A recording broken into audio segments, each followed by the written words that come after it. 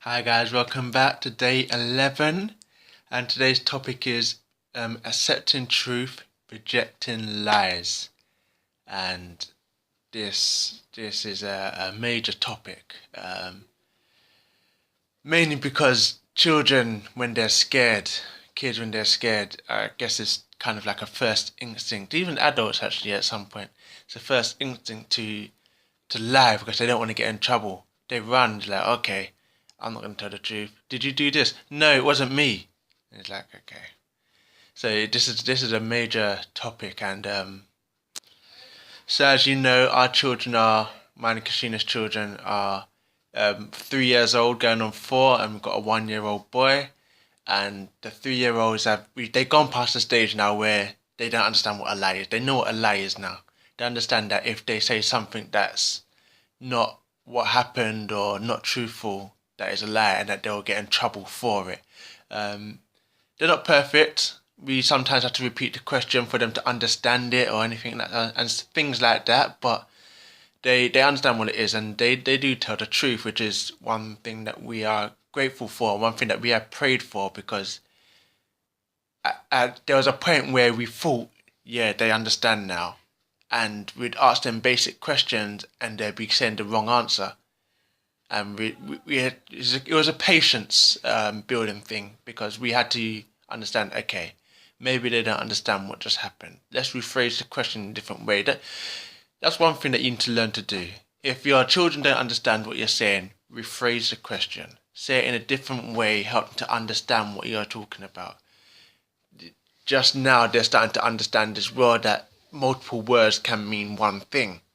So we're teaching them some Bible texts, and they was like, "What's wrath?" And we was like, "Wrath is anger." It's like, no. And then we had to explain to them, some words mean the same thing as other words. It just says it in a different way to capture, different emotions. Obviously, we said in a more child-friendly way than that. But yeah, so just be wary of that. That you gotta say things in a different way in order to get through to your children. And this is also why we have to discipline our children out of love and not out of anger.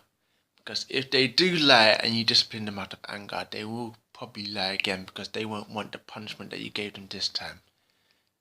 If they're doing it instinctively out of fear, then there's going to be a problem.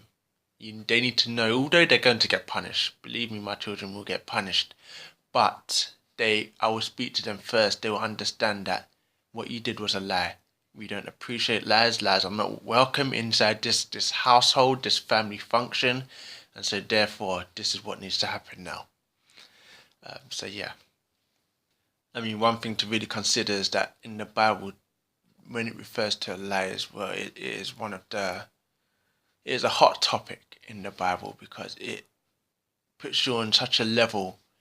I mean, think about it. The first sin in the Bible is to do with lying. It's where Satan deceived and lied to by mixing words with truth, or truth with error, in order to deceive Eve, and in turn deceive Adam. We need to realize that Satan is the king of lies, and this is also where influences come into it, because other people may be lying all the time around your children, and they may see them get away with things that they think, oh, okay, well, if I lie as well, I might be able to get away with certain things. And if I then lying is like what they when they say gateway drugs. Lying is like the gateway sin. Like, it starts with one little lie, and then it grows and it grows and it grows, and then next minute you're stealing, and after that you're doing all sorts of stuff, and it just keeps getting bigger and bigger and bigger. And they just talk about white lies, black lies, whatever lies. A lie is a lie, and you need to stump it out from the beginning. And we just have to be careful. We have to pray for our children. We have to pray for ourselves, and we have to pray that we are not mixing lies with truth. The more lies you tell, the more space you give in your heart to the devil, because the devil is the king of lies. He is the author of lies, if you like.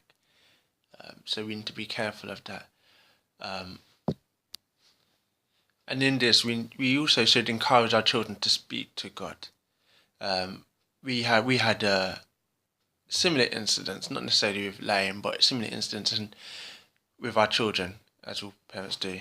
And after each one, before it became a pattern, we would tell them what was wrong, let them know that there's going to be a punishment for it, and then we would pray with them.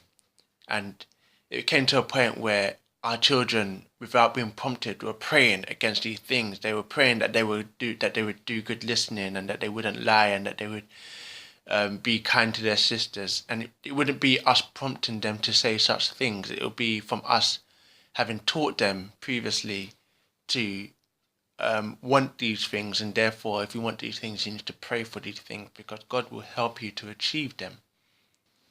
He was a murderer from the beginning, and does not stand in the truth, because there is no truth in him. When he speaks a lie, he speaks from his own resources, for he is a liar and a father of it. And that's referring to the devil. He is the father of lies. He is the author of the lie, and that's one thing that we need to consider. Every time we tell a lie, it's opening or every time your child tells a lie, it's opening up their heart to receive the devil. And we need to pray against that earnestly. With everything that we have, we need to pray against that. It is so easy to tell a white lie, we get away with it, and so therefore we continue with our lives. And it's not acceptable. It's not acceptable. We need to confess that to God, and we need to ask for forgiveness. And we need to teach our children to confess to God and to ask for forgiveness from God as well. Children will lie at one time or another. The question is not whether they will, it's whether they will continue to do it because they can get away with it. And so we need to ensure that our children are not getting away with what can sometimes be classed as small lies or small sins. Because there's no such thing as a small sin. Any sin will stop you from getting into heaven.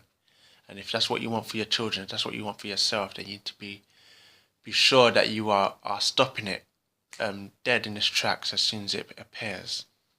3 John 1:4. I have no greater joy than to hear that my children walk in truth.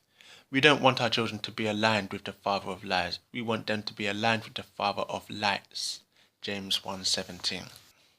So your task today is to communicate with your child. Ensure that they understand that lying is not acceptable. Is to pray for your child and with your child to ensure that they understand that lying is not acceptable, whether it's a big lie or a small lie or whatever kind of lie that people want to classify it as. A lie is a lie, and we need to pray it out of our children's lives.